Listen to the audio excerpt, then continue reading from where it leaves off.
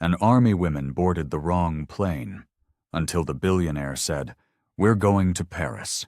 As the first rays of sunlight crept through the narrow barracks windows, Sergeant Maya Carter carefully folded her desert camouflage uniforms for the last time. The familiar scent of dusty canvas and military-issue detergent filled the air as she methodically packed her duffel bag. After 15 months in Afghanistan, every item had its place, both in her bag and in her memories. Her hands paused as she lifted her grandmother's Bible, its worn leather cover smooth against her calloused fingers. Maya ran her thumb over the golden cross embossed on the front, remembering Sunday mornings spent on her grandmother's porch in Georgia, listening to scripture and sharing sweet tea. "Almost done there, Carter?" called Staff Sergeant Peterson from the doorway.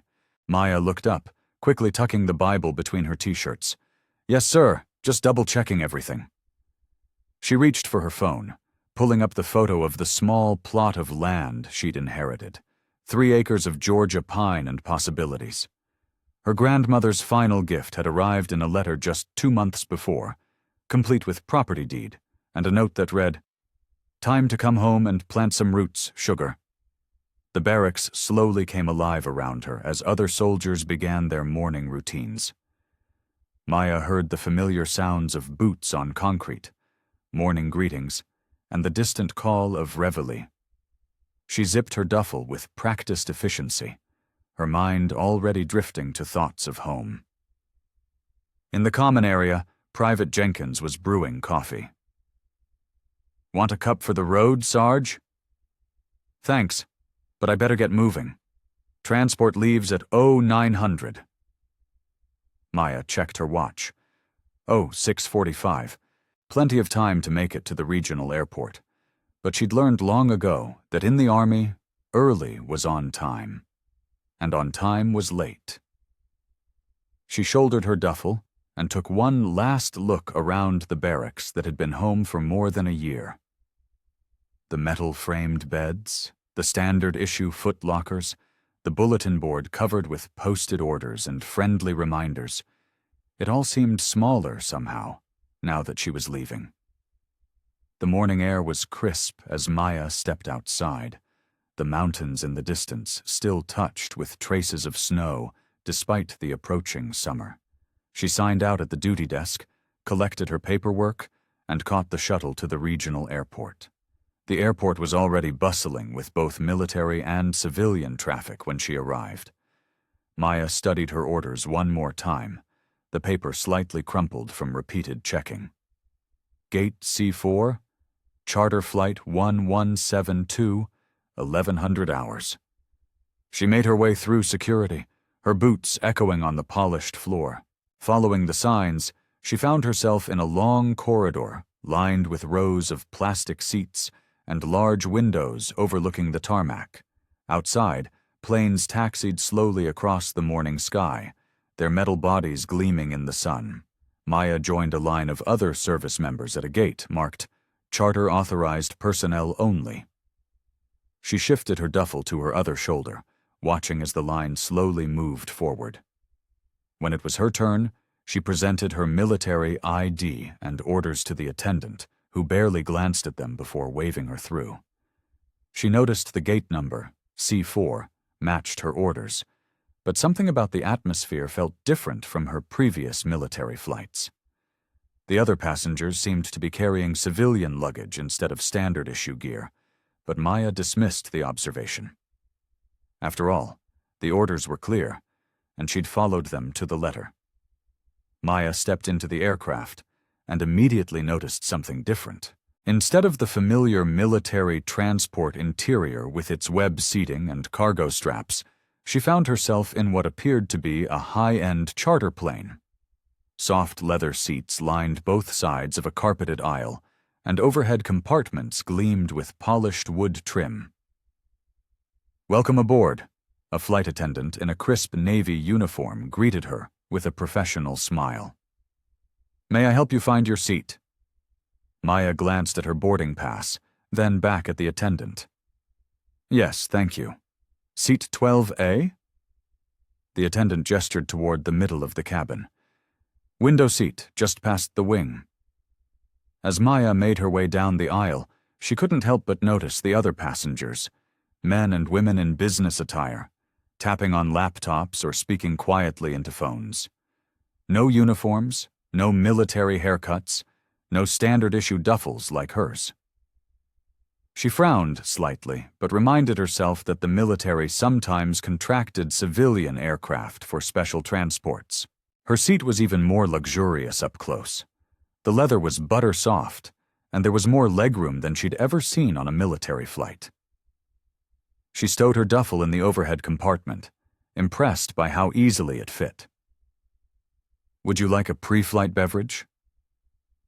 Another flight attendant appeared at her elbow with a tray of glasses. "Oh, no, thank you," Maya replied, still trying to process her surroundings. The cabin had that new car smell, mixed with a hint of expensive perfume. The window was larger than usual, offering a clear view of the tarmac where ground crew members moved with practiced efficiency. A businessman in a tailored suit took the aisle seat next to her, nodding politely before returning to his newspaper. Maya pulled out her grandmother's Bible, seeking comfort in its familiar presence.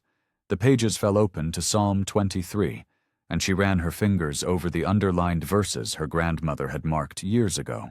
The usual pre-flight safety demonstration seemed more theatrical than she was used to, with flight attendants demonstrating oxygen masks with graceful movements that reminded her more of a dance than military efficiency. The engines hummed to life with barely a vibration, nothing like the rough rumble of a C-130. As they taxied toward the runway, Maya watched the Afghan mountains through her window. Soon she'd be home, walking among Georgia pines instead of desert rocks. The takeoff was smooth, almost elegant, and soon they were climbing through scattered clouds into the crystal blue sky. Maya had just settled back into her seat, still marveling at the unusual comfort of this military charter, when a calm male voice came over the intercom. The words that followed sent a jolt of shock through her body. "Ladies and gentlemen, welcome aboard. We're cruising at an altitude of 35,000 feet, and we're going to Paris. Expected flight time is approximately 8 hours and 45 minutes. Maya's body went rigid, her hands gripping the armrests. Paris? She was supposed to be heading to Fort Benning, Georgia. The realization hit her like a blast of cold air. She was on the wrong plane. Maya shot up from her seat, heart pounding. She made her way toward the front of the cabin, steadying herself against the seats as the plane leveled out. The flight attendant tried to intercept her, but Maya's military bearing must have shown through because the woman stepped aside. In the forward cabin section, a man in his mid-30s sat next to a frail young woman. His dark suit probably cost more than Maya's yearly salary, but it was his commanding presence that caught her attention. He looked up as she approached, his steel-gray eyes assessing her with calm intensity. "Sir, there's been a mistake," Maya said, keeping her voice steady despite her rising anxiety. "I'm Sergeant Maya Carter, and I'm supposed to be on a transport to Fort Benning." The man stood, his height impressive even in the confined space. "Alex Beaumont," he introduced himself with practiced courtesy. "And yes, Sergeant Carter, I'm aware of the adjustment to your travel plans." Maya's military training kicked in, helping her maintain composure. "Adjustment, sir? This isn't just an adjustment. This is a civilian aircraft heading to Paris. Please, sit." He gestured to an empty seat across the aisle. When Maya remained standing, he added, "I understand your concern, but there's an explanation." The young woman beside him stirred, and Alex's expression softened momentarily. "This is my sister, Elise. She needs specialized surgery in Paris, immediately. The procedure must happen within the next 36 hours. Maya glanced at Elise, noting her pale complexion and the way she seemed to sink into her seat. The girl couldn't have been more than 20. "I'm sorry about your sister," Maya said, her voice gentler. "But I have orders to report back to my unit. I can't just—" "Your orders have been temporarily amended," Alex interrupted, pulling out his phone and showing her an official-looking document. "I have connections in the Department of Defense. Everything has been arranged." Maya read the document, her frown deepening. The authorization appeared legitimate, but something felt off about the whole situation. "Mr. Beaumont, while I appreciate that you've gone through official channels, I have responsibilities—" "Please," Elise spoke up, her voice barely above a whisper. She reached out and caught Maya's sleeve with trembling fingers. "I'm scared. When I saw your uniform, when I saw you reading your Bible, it made me feel safer. Please don't leave." Maya looked down at the young woman's hand on her sleeve, then into her pleading eyes. There was real fear there, and something else, a vulnerability that made Maya's heart ache. "The next possible stop would be Iceland for refueling," Alex added, his tone businesslike again. "If you insist on departing, then I'll arrange immediate transport back to the States. But my sister—" He paused, and for a moment his carefully maintained facade cracked. "She's all I have left." Elise's grip tightened on Maya's sleeve. "Stay," she whispered. "Please stay with me." Maya stood there, caught between duty and compassion, military orders and human need. She could feel the weight of Alex's steady gaze and the desperate hope in Elise's touch. The whole situation felt surreal, like something out of a movie, rather than her carefully planned military life. "Please," Elise repeated, her fingers still clutching Maya's sleeve. "I don't want you to leave."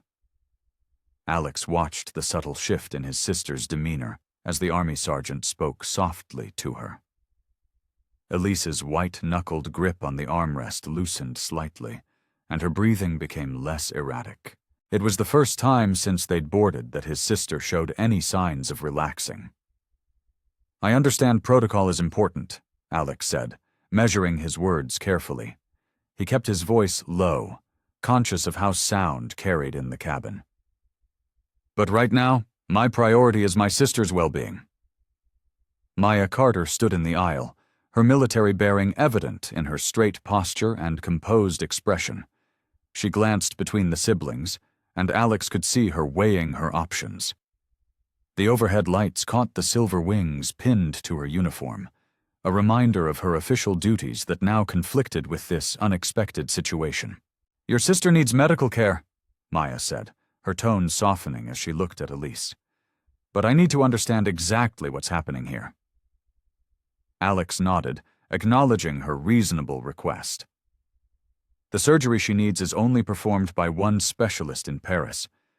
We had a narrow window of opportunity, and He paused, adjusting his tie in a rare display of discomfort. "I took steps to ensure we had all the support we needed for this flight."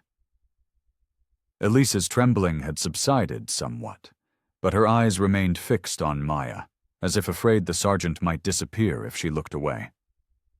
Alex noticed how his sister's grip on Maya's sleeve hadn't loosened.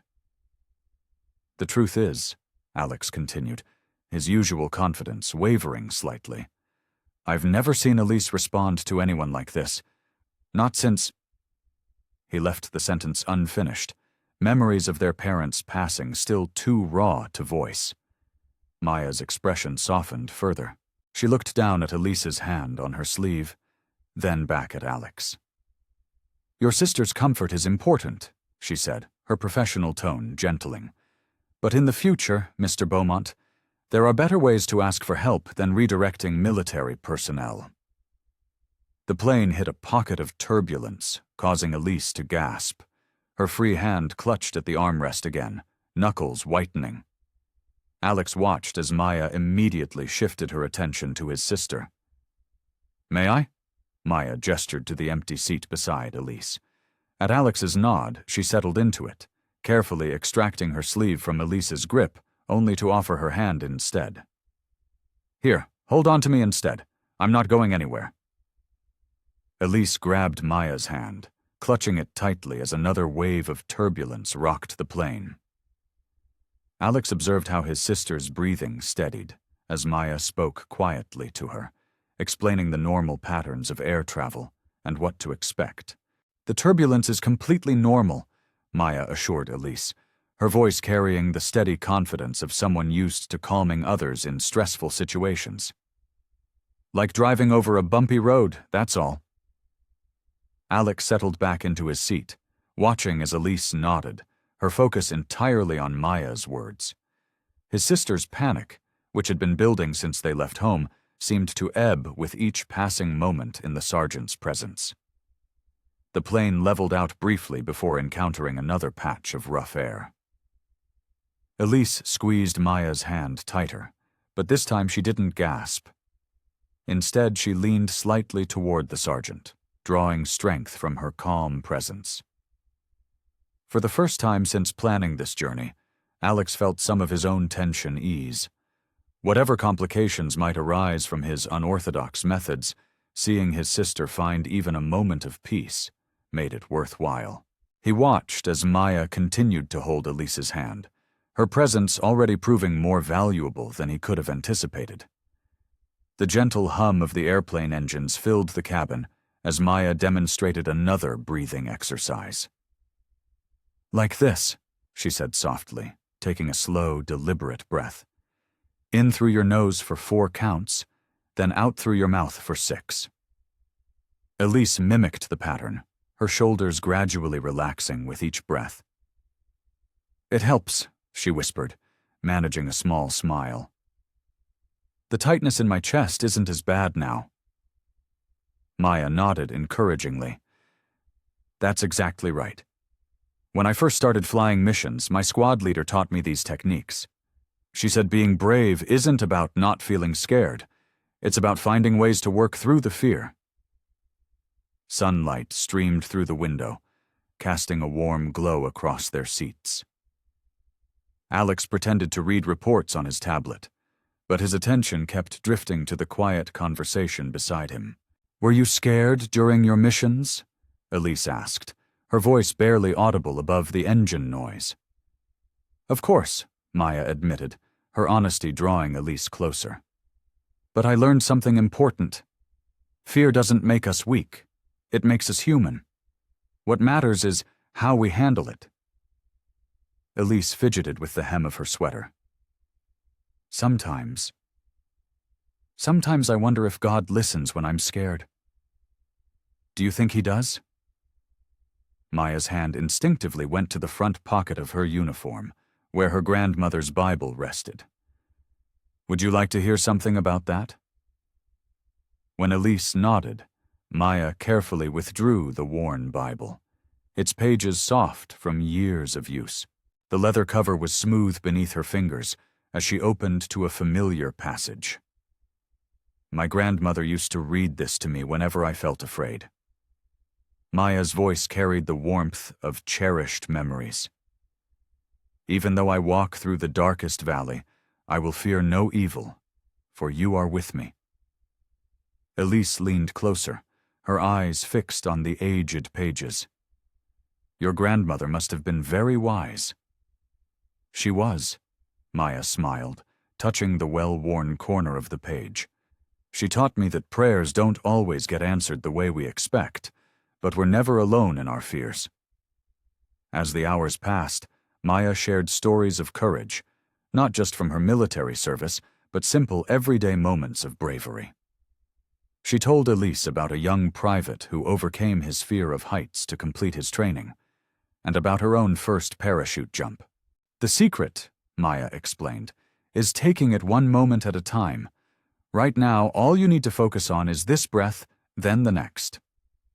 The cabin lights dimmed as they crossed time zones. Elise's questions became slower, her voice drowsy. Maya continued speaking softly, her words becoming a gentle murmur about faith, courage, and the strength found in unexpected moments. Alex glanced over as Elise's head gradually drooped onto Maya's shoulder. His sister's face, which had been tight with anxiety earlier, now showed peaceful rest. Maya carefully adjusted her position to make Elise more comfortable, still holding the young woman's hand. The sight stirred something in Alex, a mixture of gratitude and wonder at how this stranger had brought such peace to his sister. He watched as Maya used her free hand to tuck her grandmother's Bible back into her pocket, then settled in to let Elise sleep. In the dim cabin light, Alex observed how naturally Maya had stepped into this role of protector and comforter. The rigid military bearing she'd shown earlier had softened into something gentler, but no less strong. His sister's steady breathing was perhaps the most beautiful sound he'd heard in months. Scene 1. The private jet touched down smoothly at Le Bourget Airport, its wheels kissing the tarmac in the golden afternoon light. Maya blinked away the remnants of a light doze, her military training keeping her alert despite the long flight. Elise had woken minutes earlier and was now peering through the window at the exclusive terminal building. The plane taxied to a stop, and uniformed ground crew immediately approached with a mobile staircase. Inside the cabin, Maya gathered her duffel bag, carefully checking that her grandmother's Bible was secure in its pocket.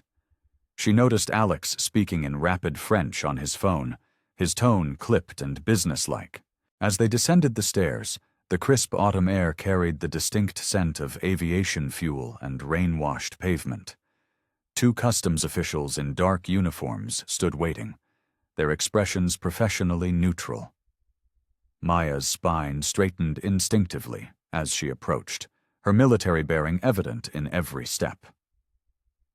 "Passports, s'il vous plaît," the taller official requested, his eyes lingering on Maya's uniform with barely concealed suspicion.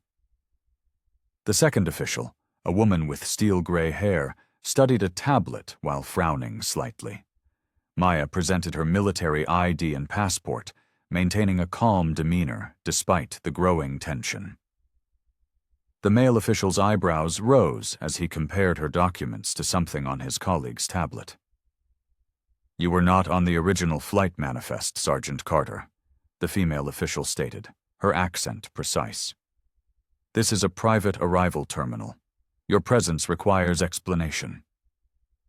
The words hung in the air like frost.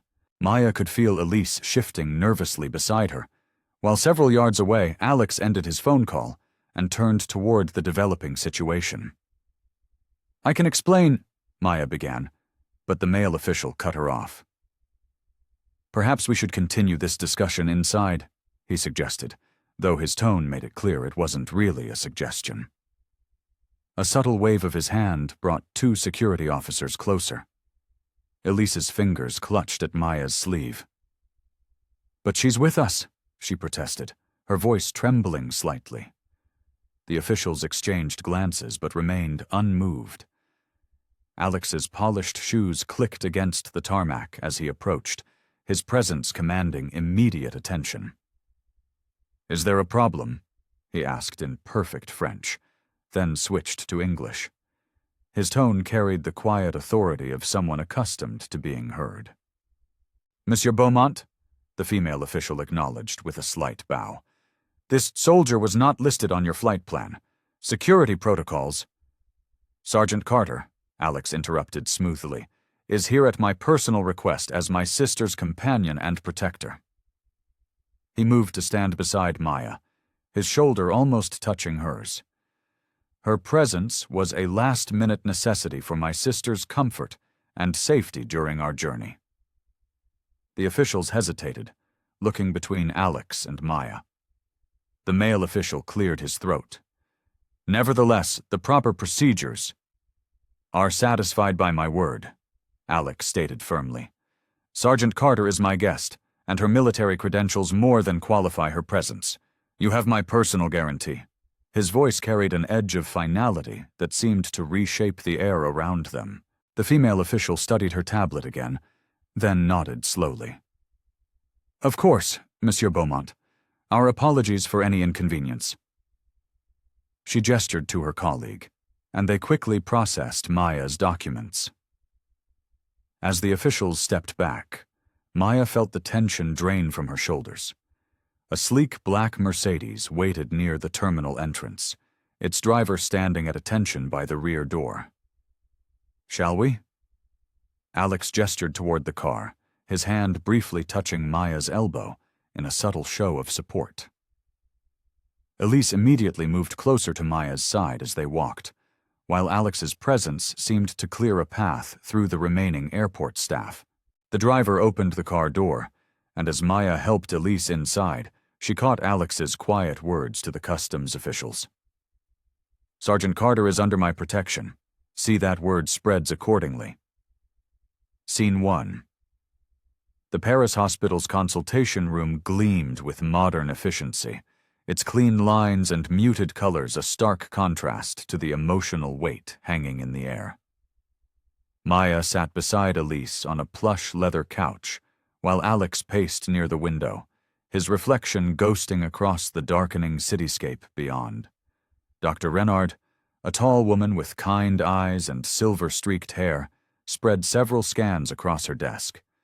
Her French accent lilted through her precise English as she traced the images with a pen.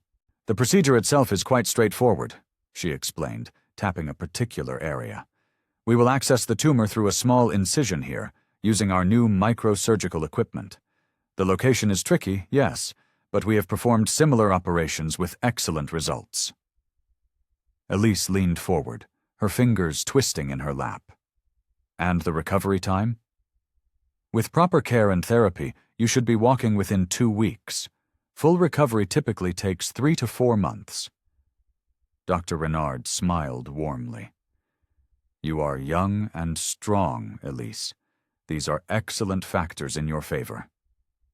Maya noticed how Elise's shoulders relaxed slightly at the doctor's confident tone. Even Alex had stopped pacing, his stance less rigid as he listened to the surgical plan. "We'll begin with preoperative procedures tomorrow morning, Doctor," Renard continued, reaching for another folder. "The surgery itself is scheduled for—" A sharp knock interrupted her, and the door opened without waiting for a response. A man in an expensive suit strode in, his face tight with barely contained tension. He carried a leather portfolio and spoke rapidly in French to Dr. Renard, who frowned as she listened. Alex straightened, his attention razor-sharp. "What's going on?" The administrator switched to English, though his eyes remained fixed on his portfolio. "Monsieur Beaumont, I apologize for the interruption, but there is an urgent financial matter we must discuss." "Now?" Alex's voice carried an edge. "We're in the middle of reviewing my sister's surgical plan. I'm afraid this cannot wait." The administrator placed several documents on Dr. Renard's desk. "There has been a significant development regarding the funding for this procedure."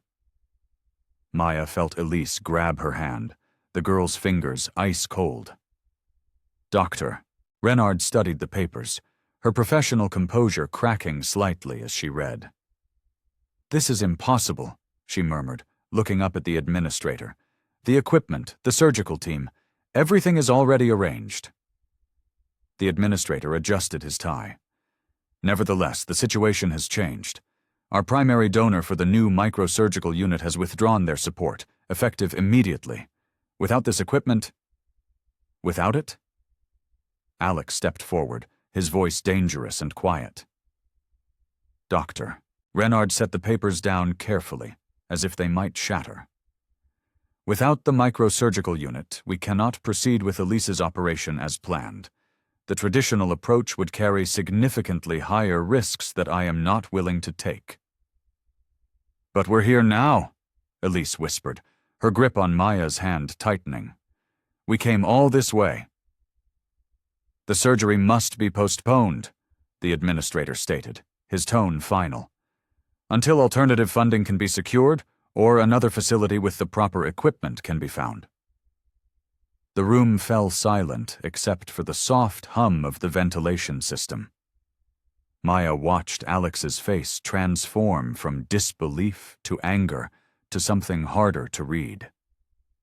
Dr. Renard began gathering the scattered scans with hands that weren't quite steady. "How long?" Alex demanded. To secure new funding or arrange transfer to another facility? The administrator consulted his notes. A minimum of 6 to 8 weeks, assuming we can find... Weeks? Elise's voice cracked.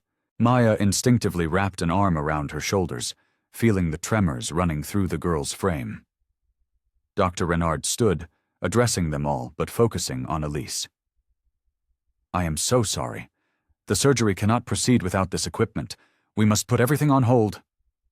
Maya guided Elise to the waiting area's cushioned chairs, the hospital's fluorescent lights casting harsh shadows across their faces. The corridor stretched long and empty, except for Alex's pacing figure in the distance, his phone pressed against his ear as he gestured sharply with his free hand. I can't breathe right, Elise whispered, her chest rising and falling too quickly. Everything was supposed to be ready. Here, just like on the plane, Maya said softly, demonstrating the slow breathing pattern they'd practiced earlier. In through your nose, hold it, then out through your mouth, that's it. Elise tried to follow along, but her breaths came out shaky. What if we can't find another hospital? What if... One thing at a time, Maya interrupted gently, pulling her grandmother's Bible from her jacket pocket. The worn leather was smooth under her fingers. Want to hear something that always helps me when I'm scared? Elise nodded, her eyes fixed on the small book. Maya thumbed to a familiar passage. Be strong and courageous. Do not be afraid. Do not be discouraged, for the Lord your God will be with you wherever you go. Even here? Elise asked in a small voice. Especially here. Maya squeezed her hand. And you've got people fighting for you too. Look at your brother. Down the corridor, Alex's voice rose sharply. What do you mean, access denied? I'm the primary account holder. He turned abruptly, phone still at his ear, and Maya could see the tension in every line of his body. Elise slumped in her chair. He's trying so hard, but something's wrong. I can tell. Maya watched as Alex ended one call and immediately dialed another number, his movements becoming more agitated with each passing minute. Hospital staff moved quietly around them, their shoes squeaking on the polished floors, while the light outside the windows gradually faded from afternoon to evening. Tell me about your house in Georgia again, Elise requested suddenly. The one you're going to fix up. Maya smiled, recognizing the need for distraction. Well, it needs a lot of work. The porch sags something awful, and the paint's all peeled, but there's this massive oak tree in the backyard that's probably older than the house itself. My grandmother used to say it was planted by her great-grandfather. What color will you paint it? I'm thinking yellow, bright as sunshine. Maya continued describing her plans for the old house, watching some of the panic ease from Elise's face as she listened. Hours crept by. Hospital staff changed shifts. The cafeteria cart rolled past with dinner they couldn't touch. Outside, Paris lit up with evening lights that seemed to mock their situation with their cheerful glow. Finally, Alex's footsteps approached. Maya looked up to find him standing before them, his usual commanding presence diminished. His tie hung loose around his neck, and his hair was mussed from running his hands through it too many times. Alex? Elise straightened, hope warring with fear in her expression. He sank heavily into the chair across from them. In the harsh hospital lighting, shadows carved deep hollows under his eyes. Something's wrong with the accounts, all of them. I can't access any of our funds. What does that mean? Elise's voice trembled. It means, Alex said, staring at his hands, that right now we have no way to pay for your surgery. Every account appears to be frozen, and none of my usual contacts are responding. The silence that followed felt like a physical weight, pressing down on all three of them as the Parisian night deepened outside the windows. The hospital's night shift brought a different kind of quiet. Gone were the steady streams of visitors and the bustling medical staff, replaced by the soft hum of machines and occasional squeaks of rubber-soled shoes on linoleum. In the waiting area, the overhead lights had been dimmed, casting everything in a gentle glow. Maya shifted in her chair, trying to find a more comfortable position. Her army training had taught her how to stay alert during long watches, but this vigil was different, more personal. Beside her, Elise huddled under a thin hospital blanket that a kind nurse had brought earlier, her face drawn with worry. "My grandmother," Maya said softly, breaking the silence. "She used to say that nighttime was when you could hear God's whispers best, when everything else gets quiet." Elise turned toward her, pulling the blanket tighter. Was she religious? More than that. She had faith that went bone deep. Maya's fingers traced the worn edges of her Bible. Even when times were hard, and they often were, she never lost that quiet certainty that things would work out as they should. Through the waiting room's glass panels, they could see Alex's figure moving back and forth in the corridor. He'd loosened his tie completely now, and his shirt sleeves were rolled up to his elbows. Every few minutes, he'd check his phone, his face illuminated by its blue glow. "What was she like, your grandmother?" Elise asked, her voice barely above a whisper. Maya smiled, memories warming her voice. "Strong as steel but gentle as a summer breeze. She raised me after my parents died, worked 2 jobs to keep food on the table. But every night, no matter how tired she was, she'd read from this Bible." She patted the book in her lap. "Said it was like medicine for the soul." "Would you—" Elise hesitated, then continued. "Would you read something from it?" "Of course." Maya opened the Bible carefully, its pages soft with use. She found a passage her grandmother had marked with a faded ribbon. "When you pass through the waters, I will be with you. And when you pass through the rivers, they will not sweep over you." Elise closed her eyes, letting the words wash over her. "I like that. It sounds like a promise." "That's exactly what it is." Maya glanced at the clock, almost midnight. Outside, Alex had stopped pacing and was leaning against the wall, his head bowed over his phone. "Maya?" Elise's voice was small, uncertain. "Will you stay? Tonight, I mean? I know it's asking a lot, but—" She trailed off, looking embarrassed. "I'm not going anywhere," Maya assured her firmly. "I promise." Relief flooded Elise's face. "Thank you. I don't think I could—" She swallowed hard. "I don't think I could handle being alone right now." Alex appeared in the doorway, his expression tight with exhaustion. He opened his mouth as if to speak, then just nodded at them before resuming his pacing in the corridor. Maya reached over and adjusted the blanket around Elise's shoulders. "Try to rest a little. I'll be right here." Elise settled deeper into her chair, her head gradually tilting toward Maya's shoulder. The night stretched ahead of them, full of uncertainty, but in that moment, Maya felt the truth of her grandmother's words about nighttime bringing clarity. Here, in this foreign hospital, she knew with absolute certainty that she was exactly where she needed to be. Dawn crept through the hospital cafe's windows, painting pale stripes across empty tables. Maya nursed a paper cup of coffee that tasted more like warm dishwater than anything else. Across from her, Alex Beaumont stared into his own untouched cup, his shoulders bearing the weight of sleepless hours. The cafe was deserted except for them, and a tired-looking worker restocking the pastry case. The gentle clinking of plates and quiet hum of the coffee machine filled the heavy silence. I trusted him. Alex's voice was rough, barely above a whisper.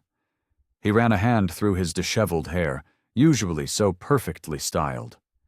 "Marcus Reynolds, my father's right hand for 20 years. He was there when our parents died, helped manage everything afterward." Maya set her coffee down, giving Alex her full attention. Morning light caught the shadows under his eyes, aging him beyond his years. The accounts— He shook his head, a bitter smile touching his lips. They're not just frozen. They're empty. Reynolds orchestrated the whole thing. Used his position, his access, everything my father gave him. His fingers tightened around his cup. He's disappeared, along with nearly everything we had. How long have you known? Maya asked softly. Got the final confirmation an hour ago. Been up all night with investigators, lawyers.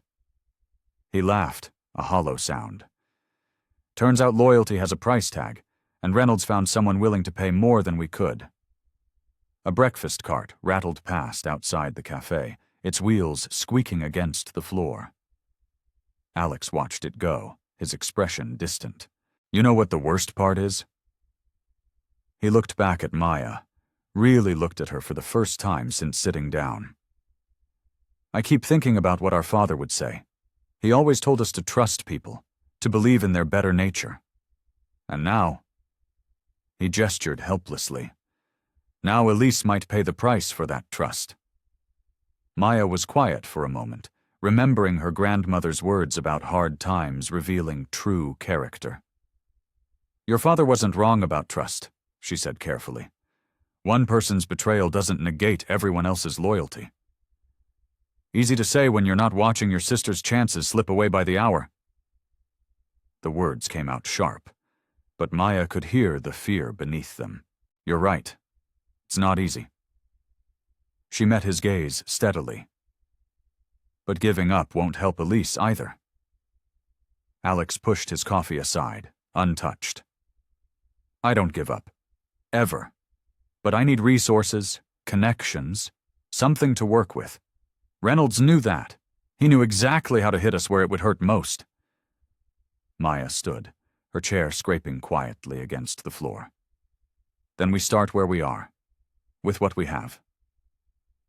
And what exactly do we have? The question held more desperation than sarcasm. We have today, we have now, and we have each other. She gestured toward the door. Elise is waiting for us, and she needs her brother's strength, not his defeat. Alex looked up at her, something shifting in his expression. After a moment, he stood too, straightening his wrinkled shirt as best he could. We'll keep walking forward, Maya said quietly as they headed back toward Elise's room. The morning bustle of the hospital was picking up around them, time slipping away like sand through an hourglass. The hospital corridor buzzed with mid-morning activity, but around Dr. Renard's tall frame, a bubble of tense silence formed. The administrator, a thin man with wire-rimmed glasses, tapped his tablet screen with manicured fingers. There are several public facilities that could accommodate Miss Beaumont, he said, his French accent clipping the words short. The waiting lists are considerable, but given the circumstances— Considerable? Dr. Renard's normally composed face tightened. The earliest opening would be 3 months, minimum, and that's if we can arrange a priority placement. Maya stood near Elise's doorway, close enough to hear, but trying to give Alex space as he faced the two men. The morning light streaming through nearby windows seemed too cheerful for such a conversation. I understand this is not ideal, the administrator continued, his tone suggesting he understood nothing of the sort. But without the necessary funds secured, we cannot proceed as planned. Hospital policy is quite clear. This isn't about policy. Dr. Renard's voice remained professional, but Maya caught the undertone of frustration. This is about a young woman's life, the condition of Miss Beaumont's heart valve. Yes, I've reviewed the file. The administrator waved his hand dismissively. But surely a few months could be fatal. Doctor, Renard's words fell like stones in the quiet corridor. The deterioration is accelerating. We've discussed this. That's why we scheduled the surgery for today. Alex stood rigid, his hands clenched at his sides. There has to be another option. Some kind of payment plan or— I'm afraid not. The administrator's smile didn't reach his eyes. The equipment and specialist team required, well, the costs are substantial. Without immediate payment or guaranteed funding. A small sound from behind them made Maya turn. Elise stood in her doorway, one hand gripping the frame for support. Her face had gone chalk white, and her hospital gown seemed to hang more loosely than before. "I heard," her voice trembled. "You're saying I can't, that the surgery—" Tears welled in her eyes. "Elise, you should be resting." Alex moved toward his sister, but she shook her head. "I'm going to die, aren't I?" The words came out in a broken whisper. Her legs started to give way. Maya stepped forward instantly, catching Elise before she could fall. The young woman's fingers latched onto Maya's hand with desperate strength. "I don't want to die," Elise sobbed, turning her face into Maya's shoulder. "Please, I don't want to die." The administrator shifted uncomfortably, suddenly unable to meet anyone's eyes. Dr. Renard's face had gone dark with barely contained anger. Maya held Elise close, feeling her whole body shake with fear. Over Elise's bowed head, she met Alex's gaze. In that moment of shared look, everything crystallized, the stakes, the urgency, the very real possibility of loss. Alex's eyes held the same haunted understanding she felt. Time was running out, and with it, Elise's chances of survival. The morning sun continued to stream through the windows, indifferent to the scene unfolding beneath its light, while Elise's tears soaked into Maya's shirt, and the clock on the wall kept its steady, merciless count. The hospital courtyard was a small oasis of green amid the stark white buildings. Late morning sunlight filtered through the leaves of carefully pruned trees, casting dappled shadows on the stone path where Maya and Alex walked. A gentle breeze carried the scent of blooming lavender from nearby planters. Alex's shoulders remained tense, his steps measured as if carrying an invisible weight. He'd barely spoken since the devastating news in the corridor, and Maya could see the toll of sleepless nights etched in the dark circles under his eyes. They paused near a wooden bench, and Maya touched its sun-warmed surface, remembering another bench, this one weathered and old, on her grandmother's property in Georgia. "You know," Maya said softly, breaking the heavy silence, "my grandmother used to say that everything important in life comes down to what you hold on to and what you're willing to let go of." She sat down, and after a moment, Alex joined her. "When she passed, she left me a piece of land." Maya's fingers traced the grain of the wood. "It's not much, just 5 acres with an old farmhouse that needs work, but it's been in our family for generations." Alex turned slightly toward her, his attention shifting from his internal struggle. "The property sits just outside of Savannah," Maya continued. "There's this massive oak tree in the backyard that my great-grandfather planted. Every Easter we'd gather under it for family prayers." She smiled at the memory. "My grandmother would read from the same Bible I carry now, the one Elise asked me to read from last night." The breeze rustled through the courtyard, carrying the distant sounds of city traffic. "It's the only thing of real value I own," Maya admitted. "I was planning to settle there after my service, maybe fix up the house, plant a garden like my grandmother had." She paused, her hands clasped in her lap. "But sometimes the most valuable things we own aren't meant just for us." Alex's expression shifted, a subtle change that showed he was beginning to understand where she was going with this. "The land's worth about what you need," Maya said simply. "It's not much by your standards, I'm sure, but it's free and clear. No liens, no complications." She looked up at the hospital windows, knowing Elise was in one of those rooms, waiting and afraid. "I can sign it over today." "Maya," Alex's voice was rough, "I can't ask you to—" "You're not asking," Maya interrupted gently. "I'm offering. That land, it's my connection to home, to family, to everything my grandmother taught me about faith and doing what's right. She met his gaze steadily. But right now, Elise needs it more than I do. The courtyard fell quiet except for the soft rustle of leaves. A young nurse hurried past with a clipboard, her shoes clicking against the stone path. Maya turned her eyes back towards the hospital building, its windows reflecting the morning sun like countless mirrors. Somewhere in there, a frightened young woman was holding on to hope with both hands. The weight of the decision settled around Maya's shoulders. Not heavily, but with the quiet certainty of knowing what needed to be done. The land had been her anchor, her future, her piece of home. But as she sat there in the peaceful courtyard, she understood that sometimes the most precious gifts were the ones you gave away. Maya squeezed her hands together as she walked down the sterile hospital corridor, her boots making soft sounds against the polished floor.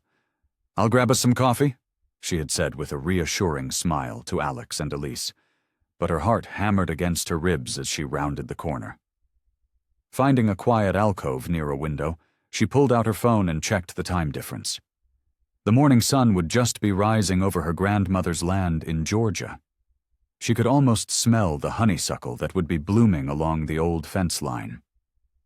Her fingers trembled slightly as she dialed her broker's number. 2 rings, then 3. Maya closed her eyes, remembering the creaky steps of the farmhouse porch, the way the church bells carried across the fields on Sunday mornings. "Thompson and Associates, this is Richard speaking." "Mr. Thompson, it's Maya Carter." She kept her voice steady, professional. "I need to sell the property on Old Mill Road. Today." A pause. "Maya, your grandmother's place? Are you sure about this?" She watched a young mother wheel her child past in the hallway, the little girl clutching a stuffed animal. "Yes, sir. I need it done as quickly as possible. I understand we'll take a loss for the rush." "Maya, that land's been in your family for—" "I know exactly how long it's been in my family, Mr. Thompson." Maya softened her tone. "But right now, someone needs this more than I do." Papers rustled on his end. "I have a developer who made an offer last month. He'll take it today, but Maya, it's 30% below market value." Maya pressed her forehead against the cool window glass. Below, in the courtyard, an elderly couple sat on the same bench where she'd talked with Alex earlier. "That's fine. Just get it done." She listened as Thompson outlined the process, her military training helping her focus on the technical details instead of the ache in her chest. After hanging up, she walked to the hospital chapel, needing a moment before returning to Elise's room. The chapel was empty, sunlight streaming through stained glass windows and painting the floor in blues and golds. Maya sat in the last pew, her grandmother's Bible warm in her hands. She thought of all the family gatherings under that old oak tree, the stories shared on the porch, the dreams she'd had of making that place her home again. Her phone buzzed. First email. Documents to sign electronically. Her finger hovered over the screen for just a moment before she began the process. With each signature, she felt the weight of generations watching her let go of their legacy. Maya stood and paced the quiet hallway, waiting. Another buzz. Second email. Confirmation of funds being processed. Final buzz. Wire transfer initiated. Alone in the hallway, Maya leaned against the wall, letting out a long breath. The familiar words came naturally, barely a whisper. "Lord, let this be enough. Let it help, and please, help me remember that home isn't just a place." The afternoon light slanted through the windows, warming her face. Somewhere in the distance, she heard the faint toll of church bells from a nearby cathedral, so like the ones from her memories. Maya straightened her shoulders, tucked her phone away, and started back toward the coffee shop.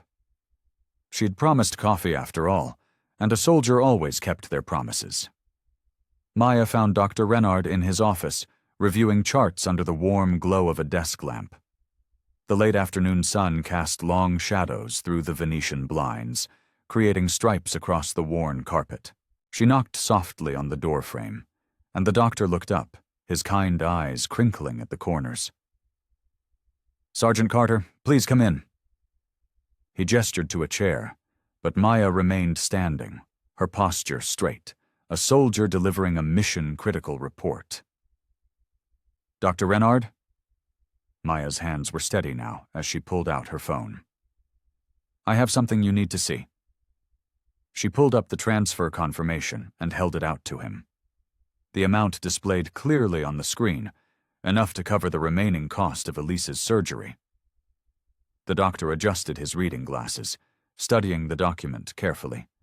His eyebrows rose slightly as he realized what he was looking at. "This is substantial, and it's already been processed through our financial department?"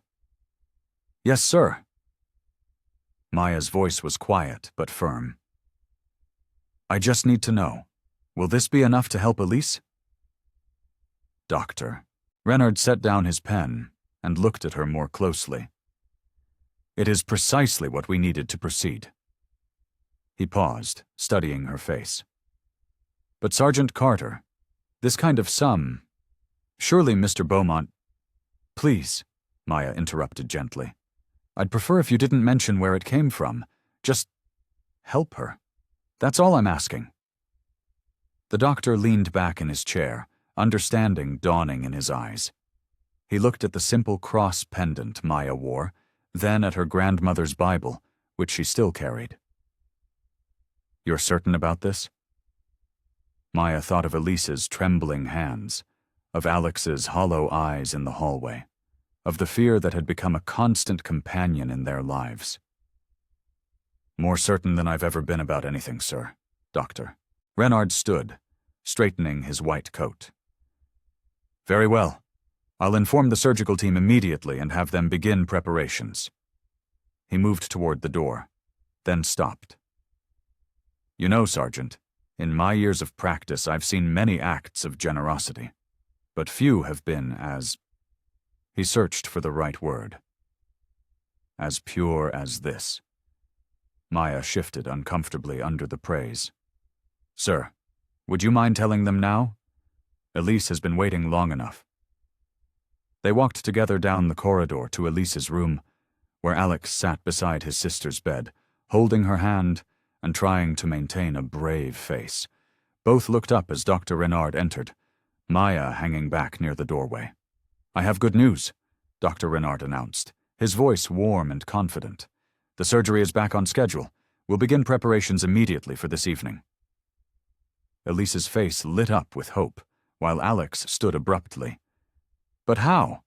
The funding—" "Has been resolved, Doctor," Renard interrupted smoothly. "All necessary arrangements have been made. Now, Elise, let's focus on getting you ready for surgery, shall we?" Maya watched from the doorway as joy and relief washed over the siblings' faces. Elise began crying happy tears, and Alex hugged her carefully, his shoulders finally relaxing from their tense set. Dr. Renard busied himself checking Elise's vital signs, his movements purposeful and reassuring. Through her tears, Elise looked past her brother to Maya, reaching out a hand in gratitude. Maya stepped forward to squeeze it gently, offering a soft smile. The late afternoon sun streamed through the window, warming the room with golden light, and for the first time since the news of the funding loss, hope filled the air like a tangible presence. The hallway lights cast a sterile glow as nurses wheeled Elise's gurney toward the operating room. Maya walked alongside, her hand resting gently on the metal rail, while Elise clutched her other hand. Despite the pre-surgery medication, fear flickered in the young woman's eyes. "Remember what we talked about?" Maya's voice was soft but steady. "Just like those breathing exercises. In through your nose, out through your mouth." Elise nodded, trying to match Maya's calm rhythm. Will you pray for me while I'm in there?" Every minute, Maya promised, squeezing her hand. God's got you, sweetheart. He's right there with you, and so are we, just on the other side of those doors. Alex walked on the opposite side of the gurney, his usual composed demeanor cracking. Tears glistened in his eyes as he watched Maya comfort his sister. His hand trembled slightly as he brushed Elise's hair back from her forehead. Maya. His voice broke on her name. I don't know how to thank you. For everything you've done. He swallowed hard, unable to continue. Maya shook her head. No thanks needed. Just focus on your sister. They reached the wide double doors marked Operating Theater. The nurses paused, allowing the siblings a moment. Alex leaned down to kiss Elise's forehead, whispering something in French that made her smile through her tears. I love you, big brother, Elise whispered back. Je t'aime aussi, petit papillon, he replied, his voice thick with emotion. Maya gave Elise's hand one final squeeze. You've got this, brave girl. We'll be right here when you wake up. Doctor. Renard approached in his surgical scrubs, his presence reassuring. We're ready to begin. The team is prepped, and everything is in order. He placed a gentle hand on Elise's shoulder. Let's get you well, young lady. As the nurses began to wheel Elise through the doors, she called out one last time. Maya, will you stay? Please? I promise, Maya answered firmly. I'm not going anywhere. The doors swung shut with a soft whoosh, leaving Maya and Alex standing in the suddenly quiet hallway. Alex stood frozen, staring at the closed doors as if he could see through them to his sister. His shoulders shook with silent tears. Without thinking, Maya reached out and touched his arm. She's strong, Alex. Stronger than she knows. He nodded, unable to speak, and Maya guided him to the nearby waiting area. They sat in silence for a long while, the clock on the wall ticking away precious minutes. Eventually, Alex went to make necessary phone calls, his footsteps echoing down the corridor. Maya found herself drawn to the small chapel at the end of the hall. It was a simple space, peaceful in its quiet solitude. A few electric candles flickered in red glass holders, casting warm shadows on the walls. She knelt in the front row, her grandmother's Bible open in her lap. The pages fell open to Psalm 91, worn thin from years of faithful fingers seeking comfort. Maya traced the familiar words. He who dwells in the shelter of the Most High will rest in the shadow of the Almighty. The chapel's silence wrapped around her like a blanket as she prayed. For Elise's healing. For the steady hands of Dr. Renard and his team. For Alex's peace of mind. For strength to face whatever lay ahead. Beyond the chapel's open door, the operating room lights continued to glow, their red occupancy signs a constant reminder of the battle being fought behind those closed doors. Maya remained on her knees, keeping her promise to stay, to pray, to hope. The waiting room clock ticked toward midnight, its steady rhythm the only sound breaking the sterile silence. Maya sat with her head bowed, fingers intertwined in prayer, while Alex paced near the window, his shoes making soft squeaks against the polished floor. The sudden opening of doors made them both jump. Dr. Renard emerged, still in his surgical scrubs, removing his cap as he approached. His face, though tired, held a gentle smile. The surgery was successful, he announced, his accent thicker with fatigue. Elise is stable and responding well. We were able to complete the entire procedure as planned. Alex's legs seemed to give out, and he sank into the nearest chair. Thank God, he whispered, running his hands over his face. When can we see her? She's in recovery now, Doctor, Renard explained, checking his watch. The anesthesia will take some time to wear off. A nurse will come for you once she's settled in her room, perhaps in an hour or so. Maya felt tears of relief sliding down her cheeks. She wiped them away quickly with the back of her hand, her shoulders finally relaxing after hours of tension. "The next 24 hours are critical," Dr. Renard continued, "but I am very optimistic. Your sister is young and strong. The surgical team was excellent, and everything went according to plan." Alex stood and shook the doctor's hand firmly. "Thank you. For everything." Dr. Renard nodded, then turned to Maya. "And thank you, Mademoiselle Carter. Your contribution made this possible." He gave them both a tired smile before heading back through the doors. The relief in the room was palpable. Alex turned to Maya, his eyes bright with gratitude. "I need coffee. Real coffee. Would you like some?" Maya shook her head. "I think I need some air. I'll just step outside for a moment." The Paris night welcomed her with a cool embrace as she stepped out of the hospital's main entrance. The city lights twinkled against the dark sky, and somewhere in the distance, church bells chimed the midnight hour. Maya inhaled deeply, letting the crisp air fill her lungs. Her phone buzzed in her pocket. She pulled it out, seeing the notification she'd been both expecting and dreading. The email from her broker was brief and professional. The sale was complete. Final.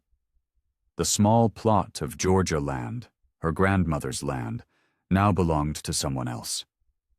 Maya's hands trembled as she stared at the screen. In her mind's eye, she could see the old oak tree that had stood sentinel over the property for generations. The wooden swing her grandfather had hung from its strongest branch. The patch of wildflowers that bloomed every spring, painting the ground in purple and gold.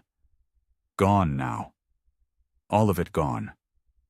A sob caught in her throat as the full weight of her sacrifice settled over her. That land had been more than just property. It had been home, the only real home she'd known since her parents died. The place where her grandmother had taught her to garden, to pray, to be strong. She leaned against the hospital wall, letting the cool stone support her as tears fell freely. In her pocket, her grandmother's Bible pressed against her hip, its familiar presence both a comfort and a reminder of all she'd lost. The Paris traffic hummed in the distance, an alien sound so different from the crickets and whip-poor-wills that would be singing back home right now. Maya closed her eyes, letting herself grieve for the piece of her heart she'd just given away. The first rays of sunrise painted Paris in soft pastels, filtering through the hospital window and casting a gentle glow across Elise's recovery room.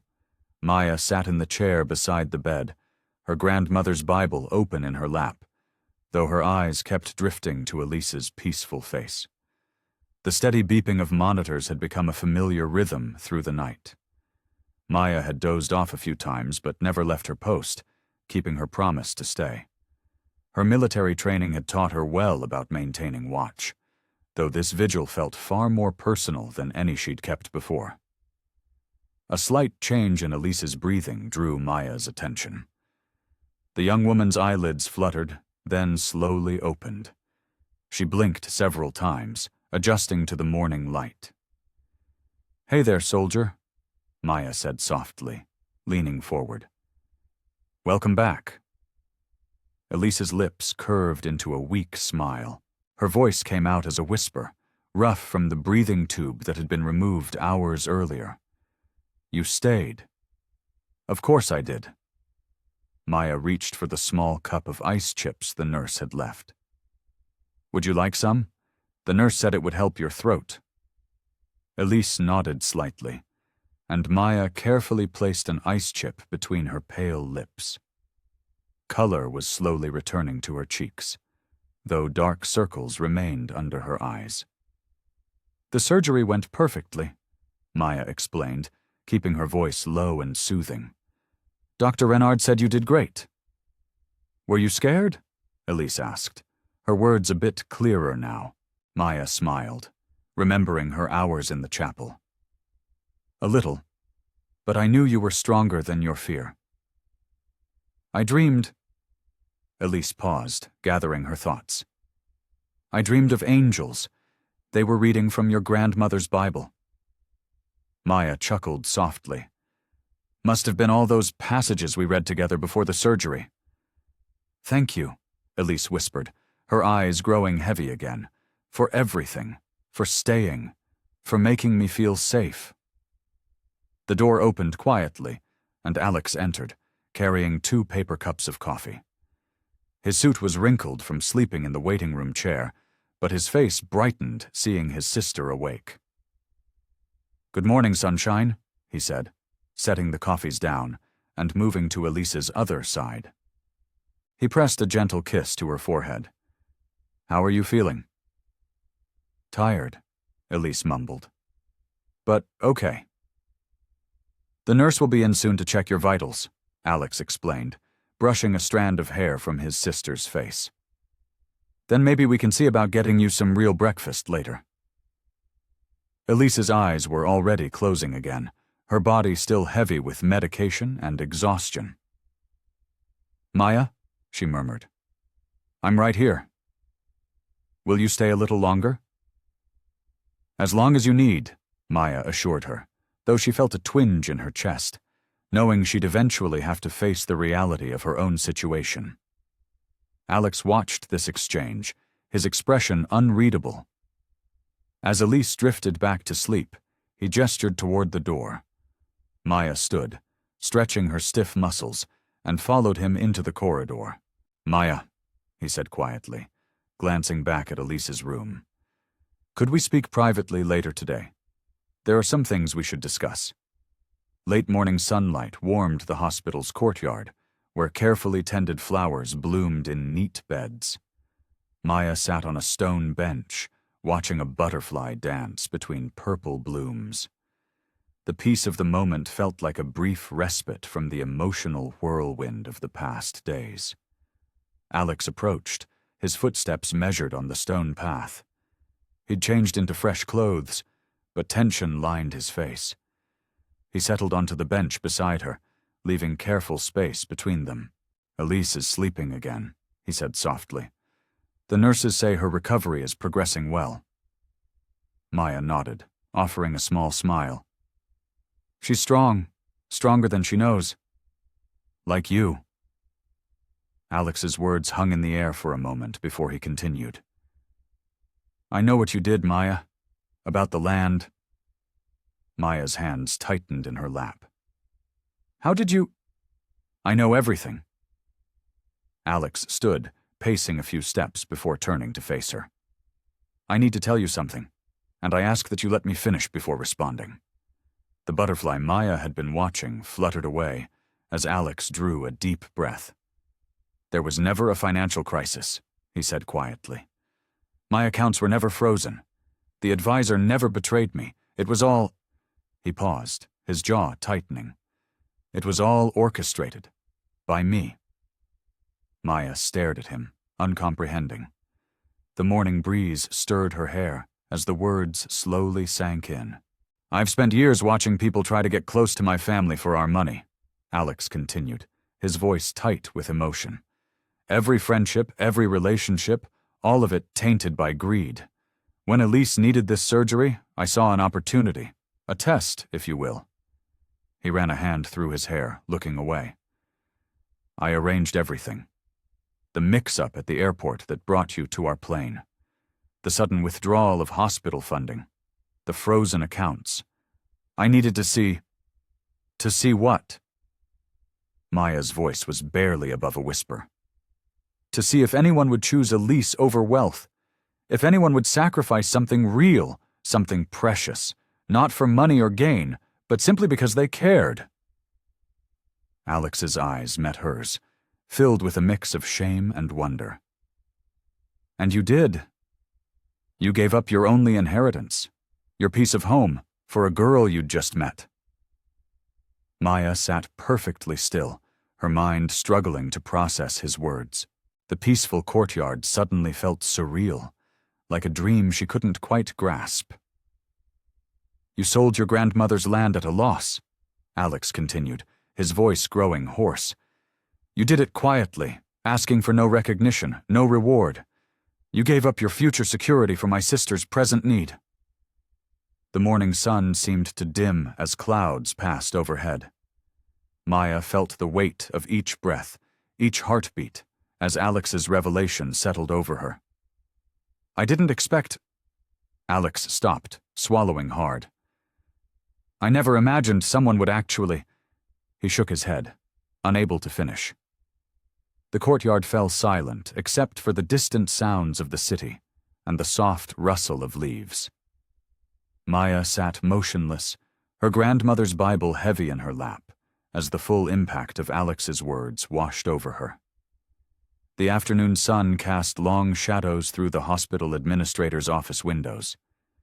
Maya sat in a leather chair, her hands clasped tightly in her lap, still processing Alex's morning revelation. The office felt too formal, too stark with its modern furniture and minimalist decor, so different from the warmth of her grandmother's home. Alex stood by the desk, his fingers drumming against a manila envelope. The quiet ticking of a wall clock filled the space between them. "I know what I did was wrong," Alex said softly, breaking the silence. "Testing people. Testing you. It wasn't fair." He moved closer, his expensive shoes silent on the carpeted floor. "But what you did, your sacrifice for Elise, it changed something in me." Maya looked up, meeting his gaze. The guarded businessman she'd first met on the plane seemed different now, his sharp edges softened by humility. "You showed me what real compassion looks like," he continued. "Not calculated charity or strategic kindness, but genuine sacrifice." His hand stilled on the envelope. "I've spent years protecting Elise with money and influence, but you protected her with your heart." He crossed to where Maya sat and lowered himself into the adjacent chair. "I can't undo what I did, but I can try to make this right." He held out the envelope, his hands slightly unsteady. "Please." Maya accepted the envelope with trembling fingers. The paper felt heavy, important. She opened it carefully, pulling out several official-looking documents. Her breath caught as she read the first page. The familiar description of her grandmother's land in Georgia filled her vision. The measurements, the boundaries, the old oak tree mentioned as a marker. But what made her heart skip was her own name, clearly printed as the owner. "I had my team track down the buyer," Alex explained quietly. "They were persuaded to sell it back. The deed has been restored to your name, along with additional protections to prevent any future sale without your explicit consent." Maya's fingers traced her grandmother's name in the property history, her vision blurring with tears. The small plot of land, with its morning glories climbing the fence posts, the ancient maple that dropped leaves every fall, the creaky porch swing. It was hers again. "The church bells," she whispered, remembering their distant chime across the fields. "Still ring every Sunday," Alex confirmed softly. "I made sure nothing had changed."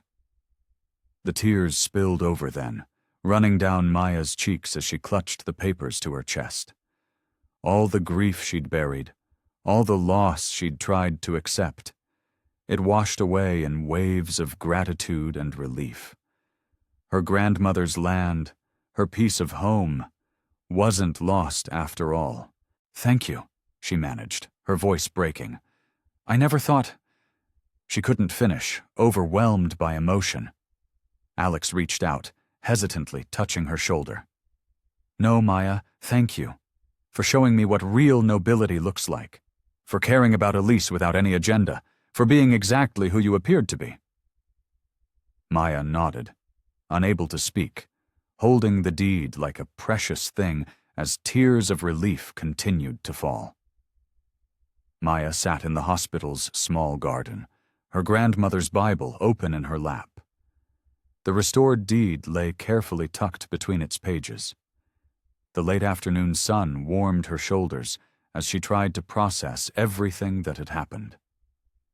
Footsteps on the garden path made her look up.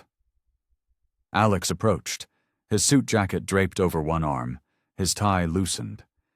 He seemed different now, more human, less the distant figure who had orchestrated that terrible test. "May I?" He gestured to the bench beside her. Maya nodded, closing her Bible but keeping her finger between the pages. "I've been thinking," Alex began, his voice thoughtful, "about purpose, about what all of this might mean." He turned slightly to face her. "What you did for Elise, it wasn't just about the money. It was about seeing someone in need and answering that need, no matter the cost." Maya touched the Bible's worn cover. "My grandmother always said that love isn't love until it costs you something." "Exactly." Alex leaned forward, resting his elbows on his knees. "There are so many families out there, especially military families, facing impossible medical situations. They're making choices no parent should have to make, selling homes, depleting life savings." Maya's heart tightened, remembering faces from her years of service, fellow soldiers worried about sick children back home, struggling to be both provider and protector. "I have the resources," Alex continued, "but until now I didn't have the right perspective, the right partner." He paused, choosing his words carefully. "What would you think about co-founding a foundation, in Elise's name, specifically focused on helping children of active service members access critical medical care?"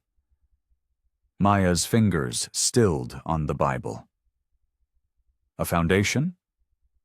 "Yes, your military background, your heart for service, your understanding of what these families face, combined with my resources and connections." He turned to face her fully. "We could help ensure no one has to sell their home to save their child, that no one faces these battles alone." Maya opened her Bible again, looking down at her grandmother's familiar handwriting in the margins. Words about purpose, about plans larger than our own understanding. "I'd need time," she said softly, "to pray about it, to be sure." Alex nodded. "Of course. Take all the time you need." He stood, leaving her to her thoughts. Maya remained in the garden as the shadows lengthened. She thought about her grandmother's teachings about listening for God's direction. She thought about her years in uniform, about the soldiers she'd served with who carried hidden burdens about sick children back home. She opened her Bible to Esther 4:14. "And who knows but that you have come to your royal position for such a time as this?" The words seemed to speak directly to her heart.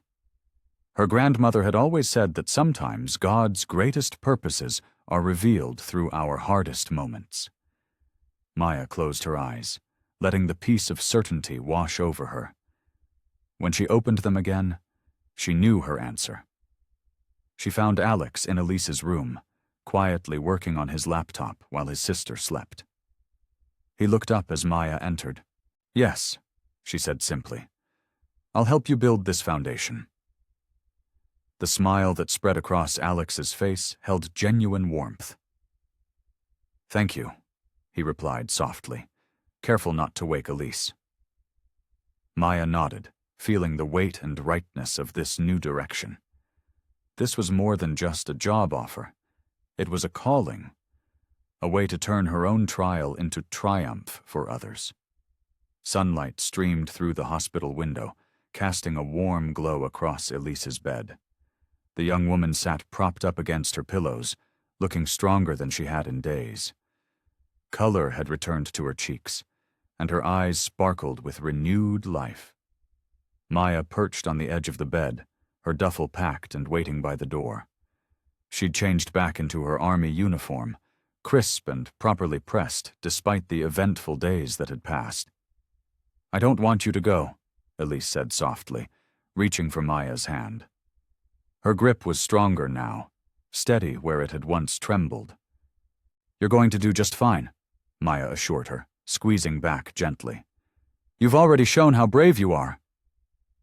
Elise sat up straighter, determination crossing her features.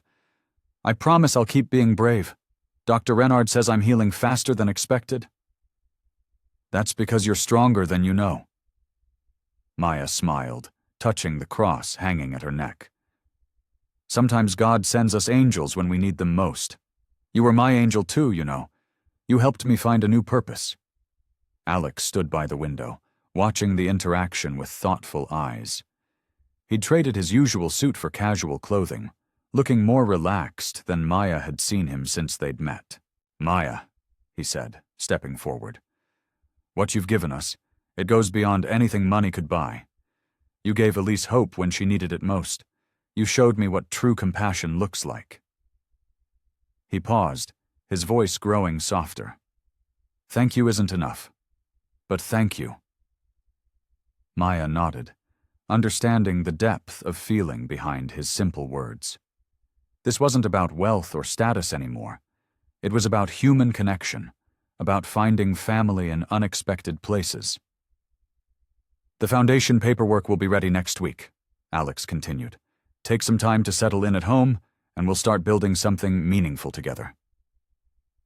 Elise reached for Maya again, pulling her into a careful hug. Promise you'll video call? I want to see your land when you get back. I promise, Maya said, holding her gently, and I expect to hear all about your recovery progress. A quiet knock at the door announced the arrival of Alex's assistant, who would escort Maya to the private terminal. It was time to go. Maya shouldered her duffel, patting the outer pocket where her grandmother's Bible and the restored deed rested safely together. She took one last look at the Beaumont siblings, Alex standing tall and changed, Elise sitting up strong and brave. At the private terminal, the same sleek aircraft waited on the tarmac. This time Maya knew exactly where she was going. She climbed the stairs with sure steps, her army boots clicking against the metal. The flight attendant welcomed her with a warm smile, gesturing to a comfortable seat. Maya settled in, placing her duffel in the overhead compartment, but keeping her Bible and the deed close. As the engines hummed to life, Maya looked out the window at the Paris morning. She thought about the strange path that had led her here. A wrong gate, a frightened girl, a test of character, and a new beginning.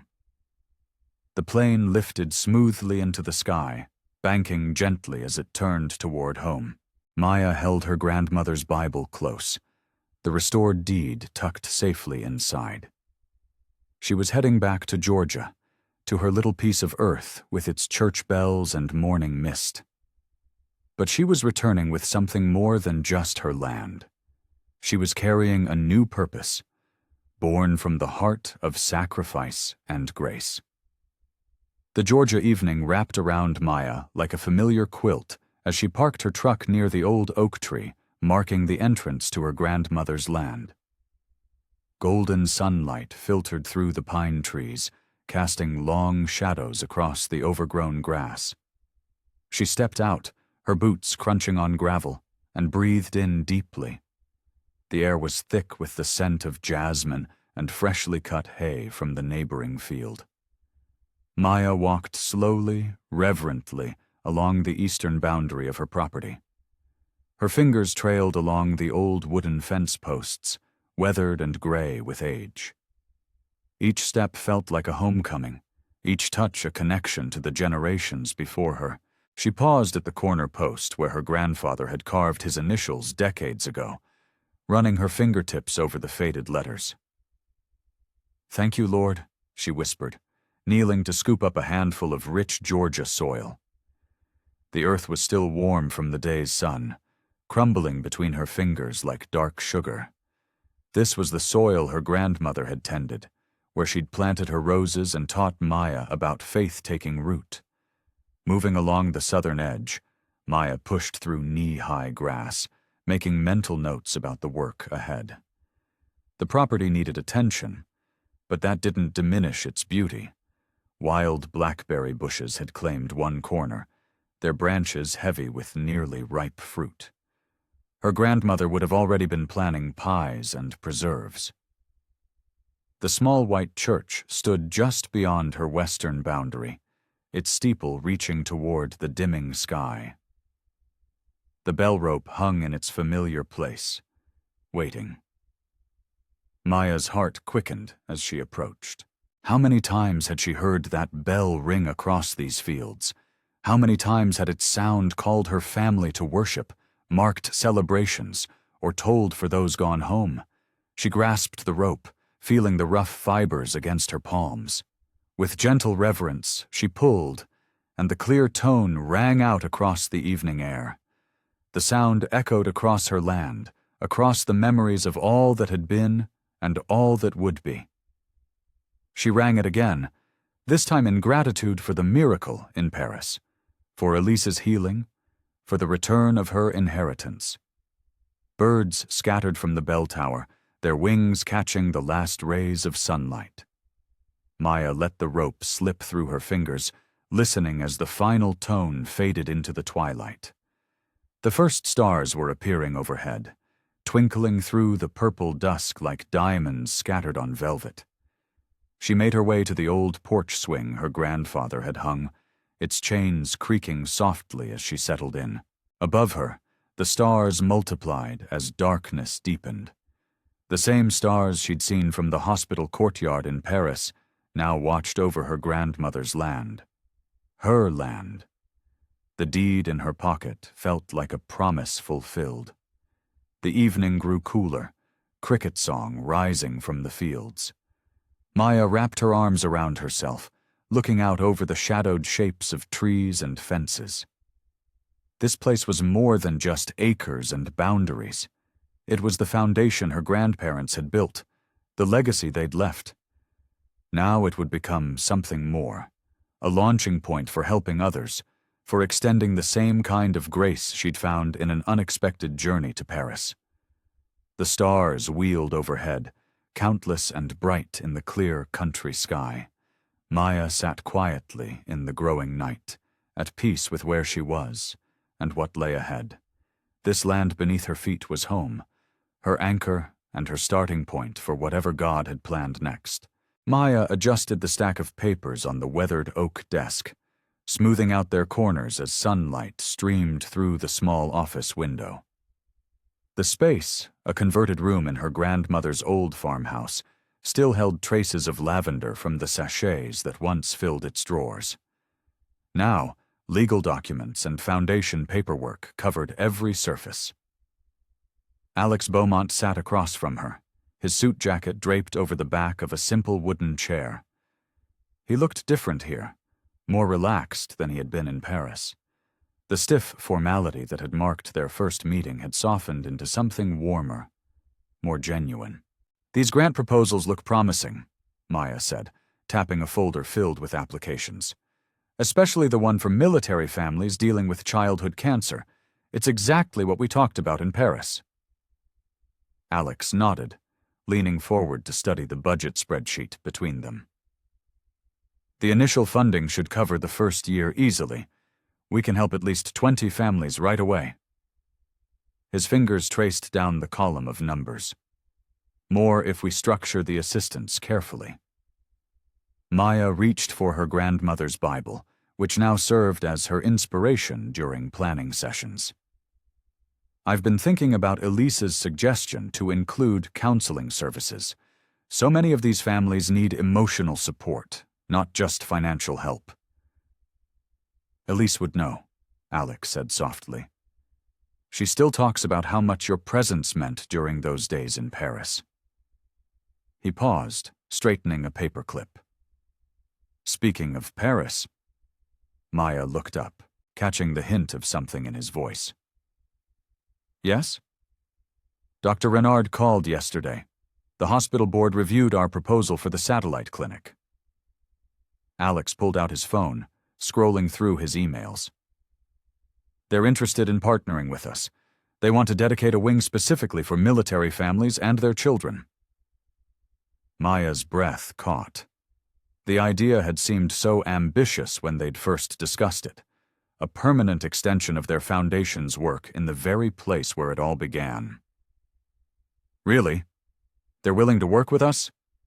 More than willing. They're enthusiastic. Alex handed her his phone, showing her Dr. Renard's message. They've already identified space in the East Wing, the one with the courtyard where I told you about this land, Maya finished quietly, remembering that pivotal conversation. They worked through the afternoon, finalizing budgets and signing documents. The Foundation's mission statement, framed on the wall, caught the late afternoon light. Serving those who serve, supporting families in crisis, extending hope across borders.